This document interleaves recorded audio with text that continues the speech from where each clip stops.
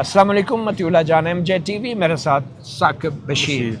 आज हम बात करेंगे 2024 8 फरवरी के इलेक्शंस के हवाले से बड़ी ख़बरें और बड़े संगीन इल्ज़ामात धांधली के, पॉलिटिकल इंजीनियरिंग के, मगर फिर हुकूमत की तरफ से कहा गया और अदलिया की तरफ से भी कि तमाम मामले इलेक्शन ट्राइब्यूनल में देखने के।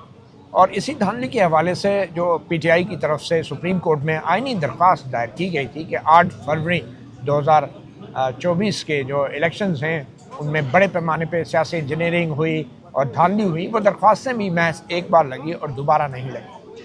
तो फिर ये इलेक्शन ट्राइब्यूनल जो बने थे इनके ऊपर भी बड़ा तनाज़ा रहा। इस्लामाबाद हाई कोर्ट में जस्टिस तारिक महमूद जहांगीरी के सामने इस्लामाबाद की वफाकी दारुल हुकूमत की 3 नशस्तों का जब मामला आया, जस्टिस तारिक महमूद जहांगीरी ने उस पर भरपूर कार्रवाई करते हुए इस्लामाबाद से मुंतखब होने वाले नून लीग के जो MNAs थे उनसे अपने अपने फॉर्म 45 पेश करने का हुक्म दिया। मामला तेज़ी से आगे बढ़ रहा था, मगर फिर उस वक्त के chief justice Islamabad high court ने जस्टिस तारिक महमूद जहांगीरी के सामने ये इलेक्शन ट्राइब्यूनल की जो समाअत थी उसको रोक दिया। और फिर सूरत हाल ये हुई कि इलेक्शन एक्ट में तरमीम हुई और फिर रिटायर्ड जजों को भी इलेक्शन ट्राइब्यूनल में लगाने का अख्तियार हुकूमत को मिल गया, जिसके बाद रिटायर्ड जजेस भी लगाए गए। मगर उन रिटायर्ड जजेस ने आज तक किया क्या है? 8 फरवरी 2024 के इलेक्शंस को अब एक तवील अरसा हो गया है। 180 दिन के अंदर इलेक्शन ट्राइब्यूनल ने फैसले देने होते हैं, मगर ऐसा कुछ भी नहीं हुआ। और आज ही जो फाफन की एक रिपोर्ट आई है वो बड़ी चश्मकुशा है कि आखिर ये इलेक्शन ट्राइब्यूनल कर क्या रहे। ये जो रिटायर्ड जजों को दोबारा नौकरियां दी गई थी और उसमें भी हुकूमत की मंशा शामिल थी और शायद कुछ केसेस में चीफ जस्टिस हाई कोर्ट्स की भी, तो उन रिटायर्ड जजों ने क्या किया और जो सिटिंग जजेस हैं बतौर ट्राइब्यूनल उन्होंने क्या किया, उनकी कारकर्दगी क्या है। वो कारकर्दगी की सूरत हाल फाफन जो free and fair election network एक तंजीम है गैर सरकारी, उनकी रिपोर्ट में आज सामने आई है और उसके बारे में हमें बताएंगे साकिब बशीर। फिर उसके ऊपर जाके हम मज़ीद बात करेंगे। जी साकिब, फाफन क्या कह रही है कि आखिर ये इलेक्शन ट्राइब्यूनल जो हैं उन्होंने आज तक फैसला क्यों नहीं किया? आखिर ये कितनी उज़रदारियाँ थी, कितनी कौमी असम्बली की सीटें जो हैं उनका मुस्तकबिल गैर यकीनी है और ये इलेक्शन ट्राइब्यूनल को इतनी ताख़ीर क्यों हुई? फाफन क्या बता रही है? जी, इसकी मुकम्मल तफसीलात जो है वो इस रिपोर्ट में दी गई हैं, लेकिन इस रिपोर्ट में जाने से कबल एक जो नुक्ता आपने जो है वो इसमें उठाया है कि एक मामला इलेक्शन पटिशन एक इमरान खान की जानिब से सुप्रीम कोर्ट में दायर की गई थी। उस वक़्त के आइनी पटिशन थी जो चीफ जस्टिस काजी फायज़ थी उस वक़्त ये दायर हुई थी और उन्होंने तो बिल्कुल उसको हाथ भी नहीं लगाया। और उसके बाद जब ये 26वीं तरमीम हो गई, बंदोबस्त जो है वो हर लिहाज से मुकम्मल हो गया, तो उसके बाद आइनी बेंच जो था उसने उस पटिशन को 1-2 दफ़ा सुना, लेकिन वो मामला भी आगे नहीं बढ़ सके। जस्टिस तारिक महमूद जहांगीरी वाला जो मामला है वो मामला बड़ा जो है वो हुकूमत ने ऐसे लग रहा था हुकूमत वक़्त को कि 3 इस्लामाबाद की नशिस्तों पर इलेक्शन ट्राइब्यूनल जो जस्टिस तारिक महमूद जहांगीरी है उसका फ़ैसला आ जाएगा और वो उनके लिए सुबकी का बायस होगा, क्योंकि फार्म जो 47 से फार्म 45 वो मांगे गए थे जो तीनों MNAs हैं उनसे, और जिस तरह उन्होंने दिए मुकम्मल दिए भी नहीं, और जो दिए वो उन्होंने RO से अटेस्ट करवा के दे दिए। तो उनके पास दूसरे लफ्ज़ों में एक्चुअली वो फॉर्म्स थे ही नहीं या बहुत कम थे। नून लीग के जो MNAs थे। तो हुकूमत ने फिर उनको रोकने के लिए, हमें ये भी इतला मिली को जस्टिस जहांगीरी को डायरेक्ट भी कहीं रब्ता किया गया या उनको कहा गया कि थोड़ा हाथ हौला रखें।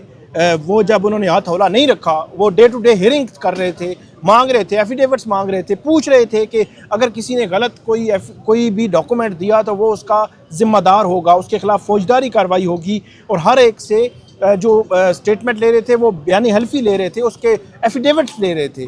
तो हुकूमत ने फिर एक ऑर्डिनेंस लाया और ऑर्डिनेंस के ज़रिए उन्होंने कहा कि रिटायर्ड जजेस भी सुनेंगे, और सबसे पहला टारगेट जो है जस्टिस जहांगीरी जो केस सुन रहे थे उसको किया गया था। अब ये ट्राइब्यूनल्स के हवाले से कुछ 10 किस्म के नुकात हैं जो फाफन ने जारी किए हैं। इसको हम 1 बाय 1 डिस्कस करेंगे। मैं एक एक पढ़ता जाता हूँ, उस पर मती साहब का कमेंट जो है वो आएगा कि इस को वो कैसे देखते हैं। पहला जो फाफन ने ये दिया है वो ये कहते हैं कि आम इंतखाबात 2024 में कौमी और सूबाई असम्बली हलकों के नताइज के ख़िलाफ़ दायर करदा 374 इंतखाबी उज़रदारियों में से सिर्फ 171 मतलब यानी कि 46% के फ़ैसले हो सके हैं, जबकि निसब से ज़ायद अभी तक ज़ेरे इल्तिवा हैं। पहला जो पॉइंट है इसमें देखिए, अब फाफिन ये की रिपोर्ट देखें में कि ये बड़ी ही शर्म की बात है। ये इलेक्शन ट्राइब्यूनल के जजेस के लिए शर्म का मुकाम है कि पूरे मुल्क के एक मैंडेट के चोरी होने का संगीन इल्ज़ाम है। और इससे बड़ा सबूत क्या होगा कि 374 इंतखाबी उज़रदारियाँ हैं, गो कि ये कौमी असम्बली और सूबाई असम्बली दोनों की हैं, मगर उनका अभी तक हमारी अदालतों से, हमारे ट्राइब्यूनल से फैसला ही नहीं हो पा रहा। 171 के सिर्फ फैसले हुए हैं। आप ये देखें कि अभी अगर ट्राइब्यूनल का ये हाल है तो उन ट्राइब्यूनल के फैसलों के खिलाफ जो अपीलें होनी है, फिर जो सुप्रीम कोर्ट तक हाई कोर्ट में, फिर सुप्रीम कोर्ट में, वो कब फैसला होगा? तो ये तो हमारी अदलिया का हाल है कि जो चाहे जजेस जो ट्राइब्यूनल में लगाए गए हैं, चाहे जो रिटायर्ड जजेस को दोबारा नौकरी दे दी गई है, और वो लोग अभी तक अपनी नौकरी में तोसी करते जा रहे हैं, क्योंकि ये इलेक्शन ट्राइब्यूनल की भी जो मुद्दत है, ख़ास मुद्दत होती है, 180 दिन में उन्होंने फैसला करना होता है वैसे इलेक्शन के जो तो ये लॉज बड़े के शर्म मुताबिक। की बात है। 46% उज़रदारियाँ जिसमें कौमी असम्बली भी शामिल है, और जो निपटाई गई हैं उसके बारे में भी बड़ी दिलचस्प खबर है। जो निपटाई गई हैं वो किस तरीके से निपटाई गई वो है, आगे जो है वो पॉइंट है। अच्छा, पॉइंट नंबर 2 है इनका कि कौमी असम्बली से मुतालिक 124 में से 47 जो है वो यानी कि 38% और सूबाई असम्बलियों में से 250 में से 124 यानी कि 50% दरखास्तों का फैसला इस वक्त हो चुका है। ये जो है वो दूसरा पॉइंट इन्होंने दिया। तीसरा पॉइंट ये कहते हैं कि अब तक जिन उज़रदारियों का फैसला हुआ है उनमें से 168 दरखास्तें खारिज की गई हैं। मतलब ये कि 171 में से 168 दरखास्तें खारिज की गई हैं। अच्छा, खारिज क्यों की और गई है? 3 दरखास्तें मंजूर हुई। हाँ। और ये तीनों बलूचिस्तान असम्बली की नशिस्तों से मुतल्लिक थीं। अच्छा, खारिज क्यों हुई, इस पॉइंट पे आपने बात करनी है कि खारिज होने वाली दरखास्तों में से सबसे बड़ी वजह नाकाबिले समात करार देना 48% रहा, जबकि 13% ऐसी दरखास्तें हैं जिनको बाकायदा ट्रायल के लिए कार्रवाई के बाद मुस्तरद किया गया, और फाफिन को ताहाल 24% मुस्तरद की गई उज़रदारियाँ उनके फैसले मौसूल नहीं हुए। अच्छा, जो कि मेंटेनेबल ही नहीं है, नाकाबिले समात है। आप अंदाज़ा लगाएं कि ये नाकाबिले समात देने के लिए ये LLB पास रिटायर्ड जजों को दोबारा नौकरी दी गई थी कि ये हालत है कि नाकाबिले समात है। तो भाई पहले दिन आप कर दें, आपने इतना लंबा खींचा और अब जाके 124 को 168 को नाकाबिले समात करार दे दिया। और ये नाकाबिले समात करार देने का मतलब यह है कि वो दरखास्तें एक किस्म की आपने मुस्तरद कर दी हैं। 168 दरखास्तें खारिज हुई हैं, उनमें 48% जो है वो नाकाबिले समात करार दी गई हैं। लेकिन फिर भी पॉइंट ये है कि यहाँ पे जितने हलकों में धांधली के इल्ज़ामात थे वहाँ मैक्सिमम में फॉर्म 45 लोग लेके फिर रहे थे कि हमारे पास ओरिजिनल फॉर्म 45 हैं और उनके पास तो है ही नहीं है, उन्होंने बाद में बनाए हैं या कोई ऐसी सूरत हाल थी। तो हमारे देखने वालों के लिए हम बता दें कि इसका नाकाबिले समात का मतलब ये है कि उन्होंने वो फॉर्म 45-47 वाले चक्कर में ही नहीं पड़े।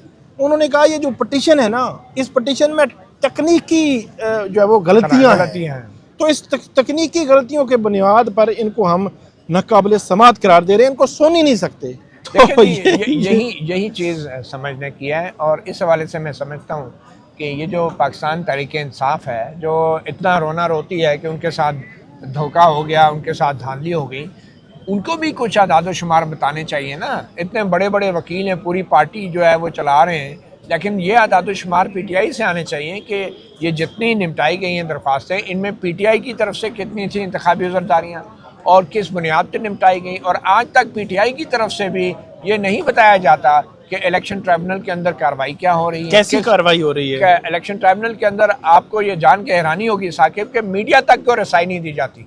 बहुत से इलेक्शन ट्राइब्यूनल के अंदर मीडिया के पे जाने के पर पाबंदी है। और ये ट्राइब्यूनल आम अदालतें हैं, रिटायर्ड जजेज हैं, और बंद कमरों में, क्लोज डोर में या खुफिया हेयरिंग्स हो रही हैं। मालूम नहीं क्या छुपाया जा रहा है। छुपाया जारी बात है, फॉर्म 47 फॉर्म 45 छुपाया जा रहा है, और बाहर हुकूमत बनी हुई है, मैंडेट चोरी के इल्ज़ाम लग रहे हैं, लेकिन PTI वालों को भी ये तौफीक नहीं हुई कि इलेक्शन ट्राइब्यूनल की कारकर्दगी के हवाले से कुछ अपने जो आदाद शुमार हैं वो तो शेयर वो तो जारी करें कि इलेक्शन ट्रिब्यूनल्स, मतलब जब पीटीआई का ये क्लेम है कि 17 नशिस्तें मुस्लिम लीग नून ने जीती हैं, इन्होंने 180 जीती हैं, पंजाब में सबसे ज़्यादा इनके साथ धांधली हुई है या इनसे नशिस्तें छीनी गई हैं, ये जो इनका क्लेम है, इस क्लेम में जब आप गए हैं ट्रिब्यूनल्स के पास, वहाँ पे कहाँ कहाँ क्या इश्यूज़ आ रहे हैं, आपको जो है वो उनको हाईलाइट तो मेरे ख्याल में करना चाहिए। ये अदादोशुमार उनकी जानिब से आने चाहिए थे कि हमारी जो दरख्वास्तें हैं वो तकनीकी बुनियादों पर खारिज की जा रही हैं। और मैं एक देख रहा था कि एक लाहौर के कोई यासिर गिलानी हैं, उनके MPA के मेरे ख्याल में कैंडिडेट थे लाहौर से या शादरा से, तो उनकी जो तकनीकी बुनियादों पर थी वो कोई स्टैंप लगाई थी ओथ कमिश्नर की, और वहाँ उनकी पता नहीं मौजूदगी ज़रूरी थी या वो मौजूदगी नहीं थी, या इस तरह करके मतलब इंतहाई को तकनीकी किस्म की कि मतलब उसमें आपने वो देखा ही नहीं है कि मेरिट क्या है, केस बनता है या नहीं बनता, वो मामला तो बाद में बिल्कुल इब्तदाई तौर पर उड़ा दी। और इसके ख़िलाफ़ फिर जो है वो अगली अदालतों में, हाई कोर्ट्स में, सुप्रीम कोर्ट में जब ये जाती हैं, सुप्रीम कोर्ट में पड़ी रहती हैं। अब अंदाज़ा लगा लेना कि आज जो है वो अगस्त है और फरवरी 2024 में इलेक्शन हुए थे, 1 साल 6 माह हो गए हैं, 1.5 साल हो गया है। तो 1.5 साल हो गया, अभी तक ये चीज़ें मैच्योर ही नहीं हुई जी। 374 में से जी 171 का सिर्फ फैसला हुआ है, और बाकी ट्रिब्यूनल से भी अभी फैसले नहीं हुए। अच्छा, ट्रिब्यूनल से फैसले होंगे और ट्रिब्यूनल्स में से 98-99% खारिज हो रही हैं, और उसमें से फैसले होंगे तो वो जाएंगे हाई कोर्ट्स में, हाई कोर्ट्स फाइलें उठा के जो है वो साइड पे रख देगी, फिर 6 महीने 8 महीने बाद उनका नंबर आएगा और उसके बाद वो आगे चलना शुरू होगी। तो मतलब ये है कि 2-2.5 साल बाद ये हाई कोर्ट्स में खुलेंगी और फिर 3-3.5 साल के बाद ये सुप्रीम कोर्ट में खुलेंगी। तब तक जो है वो इलेक्शन पिछले वो भूल चुके होंगे, वो कहेंगे कि चलो जी मिट्टी पाओ, आगे चलें। तो ये एक सिचुएशन है। एक मेरे और ख्याल में ये काम PTI के वकीलों को करना चाहिए, लेकिन PTI का सबसे बड़ा मसला ये है कि इस वक्त पूरी PTI जो है वो वकीलों के कंट्रोल में है। वकीलों का सबसे बड़ा मसला ये है कि वो पार्ट टाइम सियासतदान हैं और पार्ट टाइम वकील भी हैं, और उन्होंने बार बार इन्हीं जजेस के सामने पेश होना है, दूसरे क्लाइंट्स को लेकर भी आना है। तो इसलिए वो इलेक्शन ट्राइब्यूनल के जजेस को भी नाराज़ नहीं करते, हाई कोर्ट के जजेस को भी नहीं, सुप्रीम कोर्ट के जजेस को भी नहीं, क्योंकि सियासत अपनी जगह, वकालत तो रहनी करनी है। तो मैं समझता हूँ कि PTI के वकीलों को इलेक्शन ट्राइब्यूनल्स के हवाले से बाकायदा डेली बेसिस के ऊपर एक ब्रीफिंग देनी चाहिए, और हर इलेक्शन ट्राइब्यूनल से बाहर आके मीडिया से गुफ्तगू भी करनी चाहिए। जो वकला जो हैं PTI के, जो पार्ट टाइम सियासतदान और पार्ट टाइम वकला हैं, वो ऐसा करने से गुरेज कर रहे हैं। इसका मतलब है वो कंप्रोमाइज़ कर रहे हैं, मीडिया को, लोगों को बता नहीं रहे कि वो जो नारे मार रहे हैं कि फॉर्म 47 वाले आ गए, तो भाई बताए भी ना इलेक्शन ट्राइब्यूनल में क्या हो रहा है। तो ये एक बहुत बड़ा सवाल है। और दूसरा सवाल ये है कि ये जो इलेक्शन ट्राइब्यूनल के जजेस हैं, जैसे मैंने पहले कहा कि ये सारी उम्र की नौकरी तो नहीं है, ये तो एक ख़ास मुद्दत है। इलेक्शन एक्ट के अंदर भी लिखा है 180 दिन के अंदर तय करना है, तो उससे ज़्यादा ये तनख्वाहें किस लिए ले रहे हैं? ये कैसे, कौन से बजट से, आवाम के टैक्स के पैसे से इनको इतने लंबे अरसे तक तनख्वाहें दी जा रही हैं? और कारकर्दगी इनकी ये है, कारकर्दगी शर्मनाक है इन जजों की, चाहे रिटायर्ड जजेस हैं चाहे सर्विंग जजेस हैं। आप देखेंगे इन्होंने किया क्या, इलेक्शन ट्राइब्यूनल के फैसले क्यों नहीं हो रहे? और जहाँ होने वाले थे, जैसे तारिक महमूद जागीरी की अदालत में, उसको रोकना था, एकदम रोक दिया, उसको रोकना था, क्योंकि उन्होंने एविडेंस मांग लिया था। आपको याद है ना, मैंने जी। जो एक MNA का इंटरव्यू किया था MJ TV पर ही, जी। ये इस्लामाबाद हाई कोर्ट में, ये जो खुर्रम नवाज हैं, बल्कि जो अंजुम वकील खान है, इनसे जब मैंने कहा, और तारिक फजल चौधरी ने बताया कि हमने भी जनाब फॉर्म 45 जमा करा दिए। मैंने कहा अच्छा, आपने कितने फॉर्म 45 जमा कराए? तो कहते हैं तारिक फजल चौधरी के जितने भी थे हमने करा दिए। और अंजुम वकील ने इंकशाफ किया कि मैंने तो सारे कराए, और उसमें से उनके 50% से ज़ायद जो है ना वो RO के मुसद्दका थे, RO से तस्दीक कराई। यानी जिस RO पे इल्ज़ाम है फॉर्म 47 जारी करने का गलत, उससे तस्दीक करा के फॉर्म 45 जो है वो उन्होंने तारिक महमूद जहांगीरी की अदालत में पेश कर रखे। तो इसीलिए फिर तारिक महमूद जहांगीरी के ट्राइब्यूनल को खत्म कर दिया गया। तारिक जहांगीरी जो है, उन्होंने जो कार्रवाई शुरू की थी उसमें एक और शफाफियत का पहलू भी था। उन्होंने ये फॉर्म 47 जो दरख्वास्त गुजार थे इनके भी, और जो फॉर्म 45 जो मुस्लिम लीग नून के जीते हुए MNA थे उनके भी, वो रजिस्ट्रार ऑफिस के पास रखवा दिए थे। और ये कहा था कि कोई भी शहरी, कोई भी मीडिया पर्सन देखना चाहे वो एप्लीकेशन देगा, और किसी भी जो रजिस्ट्रार या इस्लामाबाद हाई कोर्ट के किसी भी ऑफिस बेरर जो है वो उनके मौजूदगी में, कोई ऑफिसर की मौजूदगी में, तो वो बैठ कर उनको देख सकेगा, उनका मुशाहिदा कर सकेगा, उनका कंपैरिजन कर सकेगा। तो मेरे ख्याल में इससे बड़ी शफाफियत नहीं हो सकती थी। लेकिन इस शफाफियत या इस ऑर्डर के बाद मेरे ख्याल में पूरा निज़ाम जो है वो नंगा होकर हमारे सामने आ जाता। देखिए ना, उसको फिर रोकने के लिए ये इलेक्शन ट्राइब्यूनल जो है इसमें सिटिंग जजेस भी हैं। जैसे लाहौर हाई कोर्ट के मेरे ख्याल में 5-6 के करीब ट्राइब्यूनल ऐसे हैं जो लाहौर हाई कोर्ट ने बनाए हैं सिटिंग जजेस पे। अब वो सिटिंग जजेस भी रिटायर्ड जजेस की तरह बिहेव कर रहे हैं। अब देखें ना, एक सिटिंग जज जो खुली अदालत में लगाते हैं, हाई कोर्ट के जजेस खुली अदालत में सारे काम करते हैं, वो भी जो है ना बंद कमरों के अंदर इलेक्शन के केसेस सुन रहे हैं। क्यों भाई? ये तो रिटायर्ड जजेस हैं, चलें इनको आप नौकरीबाज कह सकते हैं, लेकिन जो सिटिंग जजेस हैं इनको तो अपना एक डेकोरम रखना चाहिए, अपना एक उनकी इंटेग्रिटी है, एक उनका इमेज है। हाई कोर्ट है भाई, चाहे बेशक ट्राइब्यूनल है, आपको खुली अदालत में ये ट्राइब्यूनल की हियरिंग करनी चाहिए। आप भी रिटायर्ड जजों की तरह बिहेव करना शुरू हो गए, मीडिया को एक्सेस नहीं देनी, आम पब्लिक को एक्सेस नहीं देनी, और फिर ना ये बता रहे हैं। कम से कम लाहौर हाई कोर्ट को ये भी बताना चाहिए ना कि उनके जो 6 ट्राइब्यूनल हैं जजों की कारकर्दगी तो बतानी चाहिए ना, उन्होंने अभी तक क्या प्रोग्रेस की है, वो भी कोई इत्तला नहीं है। चाहिए ये सारे इलेक्शन ट्राइब्यूनल को ये डाटा जारी करना चाहिए, डाटा जारी करना चाहिए, order of the day available होना चाहिए, कार्रवाई के हवाले से अगर कोई मालूमात लेना चाहे वो अवेलेबल होनी चाहिए। अगर वो जिस तरह जैसे जहांगीरी ने जो है वो एक ओपन रखा था शफाफियत के लिए, ओपन कोर्ट थी जैसे जहांगीरी की। असल में ओपन कोर्ट ये इनको सूट नहीं करती ना। ओपन कोर्ट तो फिर निज़ाम पूरा नंगा होकर सामने आ जाता उनको। अच्छा, अभी तक हमें ये भी नहीं पता कि कुल कितने ट्राइब्यूनल, मेरे ख्याल में 23 के या 24 के करीब ट्राइब्यूनल हैं पूरे पाकिस्तान में। जी। उनके जजेस की एक लिस्ट तो कहीं इलेक्शन कमीशन को बता देनी चाहिए कि ये लोग हैं कौन जिनको नौकरी दी गई है, जो रिटायर्ड जजेस हैं। अच्छा, इनका तो पता चले कि इनका बैकग्राउंड क्या है। इसमें जो पॉइंट नंबर 5 है वो ये कहते हैं कि 374 में से 206 उज़रदारियाँ जो है वो PTI के हमाई याफ्ता आज़ाद उम्मीदवारों की जानिब से दायर की गई थी। ठीक है। इनमें से अब तक जो है वो 38% दरखास्तें निपटाई गई हैं। निपटाने से मुराद क्या है? अब निपटाने से मुराद फाफन को भी चाहिए था। असल में निपटाने से मुराद उन्होंने ऊपर बता दिया है ना कि 171 के फैसले हुए हैं, तो 168 जो है वो नाकाबिले समाअत, वो दरखास्तें खारिज कर दी गई हैं, खारिज हो गई हैं, और उसमें 48% नाकाबिले। और वो कह रहे हैं 3 बलोचिस्तान के। इसका मतलब ये हुआ कि ये जो फिगर दे रहे हैं कि 206 में से अब तक 78 जो है वो बुनियादी तौर पर दरखास्तें खारिज हो चुकी हैं, क्योंकि वो जो 3 का फैसला हुआ है वो बलोचिस्तान की हैं। मतलब इनकी पंजाब की खारिज हो चुकी हैं, जितनी भी थी खारिज हो चुकी हैं, A to Z खारिज। ये तो कमाल हो गया, ये तो कमाल हो गया। ये वैसे हाथ हो गया। मैं हैरान हूँ PTI की तरफ से इस मामले पे कोई रद्द अमल, कोई रिएक्शन नहीं आ रहा, कोई रिएक्शन नहीं, कोई रिपोर्ट नहीं। और मसला वही है, वकालत भी करनी है, वकालत भी करनी है, अपनी बचानी है वकालत भी। तो आगे चलकर ये कहते हैं कि 13% उज़रदारियाँ मुस्लिम लीग नून और 8% पीपल्स पार्टी के उम्मीदवारों की जानिब से दायर की गई थी। इन दोनों जमातों के उम्मीदवारों की निसफ से ज़ायद उज़रदारियों पर फैसले हो गए हैं। मतलब क्या फैसले हुए हैं अब ये भी नहीं पता है। निसफ से ज़ायद। वैसे फाफन भी ना, फाफन भी थोड़ा सा मोहतात लगते हैं। नहीं, फाफन बहुत ज्यादा मोहतात लगता है। फाफन ने बैलेंस करते करते पता नहीं क्या कर दिया है, इम्बैलेंस कर दिया। इम्बैलेंस कर दिया। आप बताएंगे PTI की इतनी उज़रदारियां थी, उनके खिलाफ इतने हो गए, इनके हक में इतने हो गए, कुछ अंदाजा तो हो ना। और उसमें आपने सिर्फ एक दे दिया कि नाकाबिले समाअत जनाब। अच्छा, नाकाबिले समाअत का आप थोड़ा सा मजीद बताएं ना कि कितने फीसद जो है उनमें जो तकनीकी तौर पर जो डॉक्यूमेंट्स थे वो जमा करवाने थे, या बर वक्त उन्होंने इलेक्शन पिटीशन फाइल नहीं की, या किस बुनियाद पर की है ना, वो बुनियाद ही बड़ी मैटर करती है। अच्छा, दूसरा ये देखेंगे अभी तक जितनी दरख्वास्तें निपटाई भी गई हैं, लेट्स से के 371 में से कितना 374 में से 171 निपटाई गई है। तो वो जो निपटाई गई है उनके रिटर्न ऑर्डर्स कहाँ हैं? ये कौन प्रोवाइड करेगा? ये PTI के वकला भी नहीं पब्लिक कर रहे, इलेक्शन ट्राइब्यूनल वाले भी नहीं, फाफन कह रहे हैं हमें भी नहीं मिले कुछ जो है वो, और फाफन को भी नहीं मिले।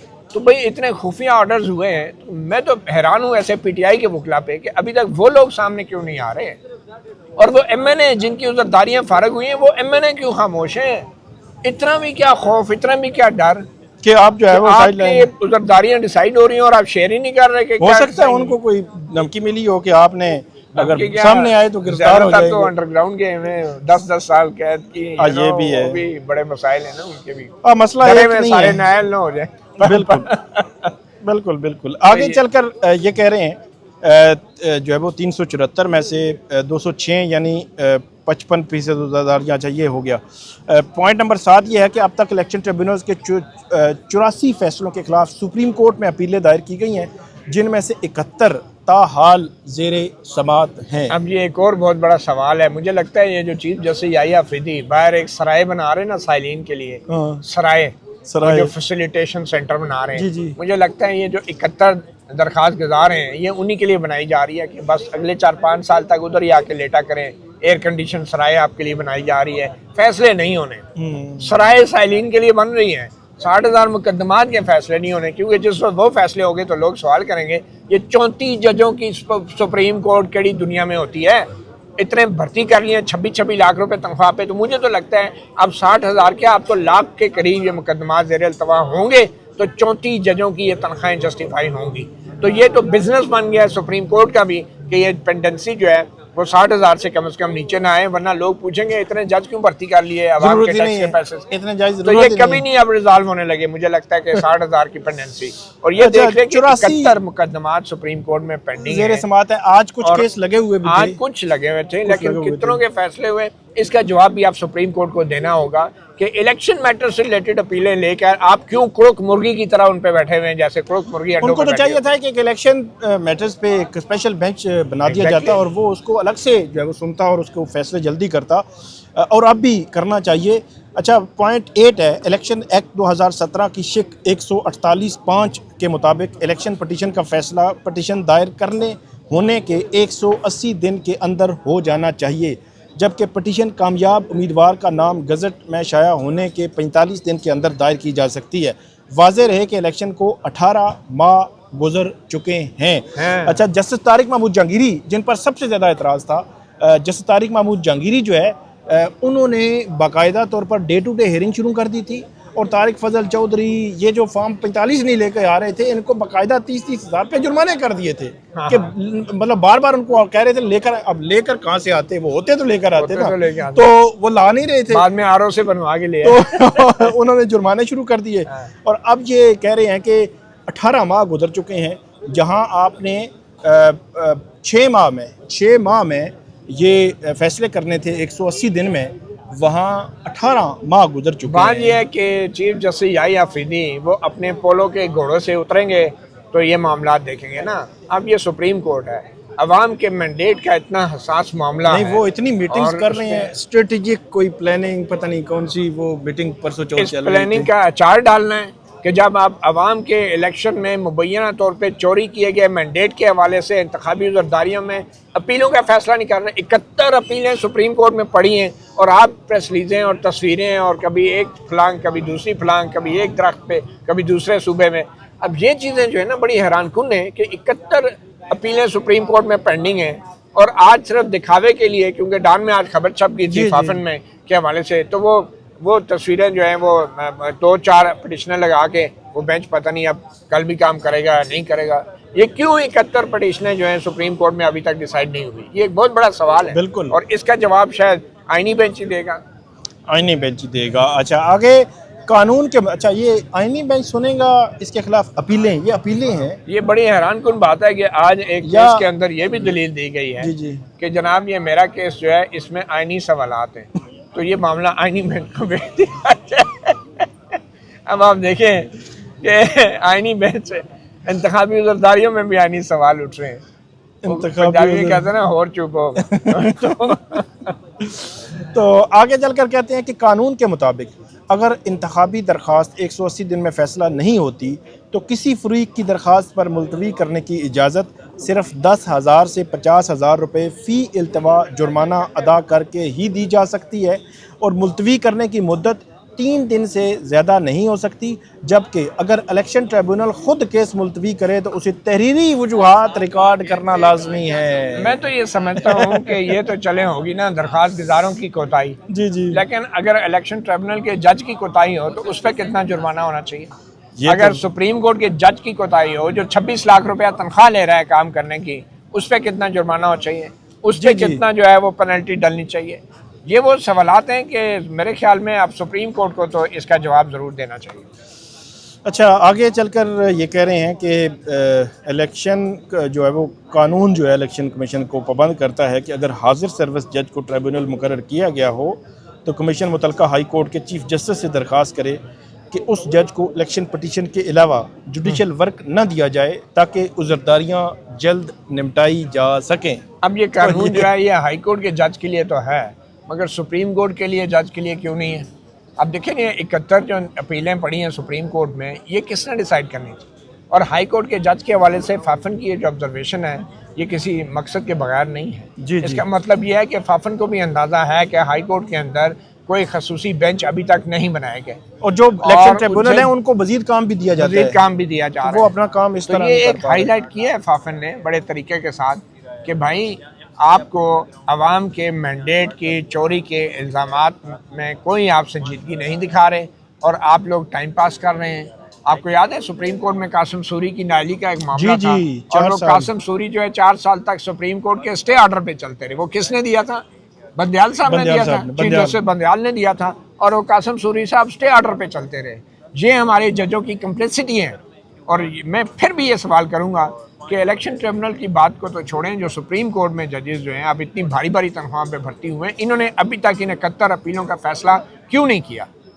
और फिर क्या सुप्रीम कोर्ट ये सवाल उठाएगी इलेक्शन ट्रिब्यूनल ने इतने लेट फैसले क्यों किए, किस बुनियाद पर डिसमिस की गई, और क्या इलेक्शन ट्रिब्यूनल की कारकर्दगी के ऊपर भी सुप्रीम कोर्ट के जजेस अपनी राय देंगे? बिल्कुल, ये एक बहुत बड़ा सवाल है जो आने वाले वक्तों में इसका जवाब यकीनी तौर पे पाकिस्तान की आवाम चाहेगी। बिल्कुल। तो साकिब बशीर आपका और मतीउल्लाह जान MJ TV को इजाज़त दीजिए। अल्लाह हाफ़िज़।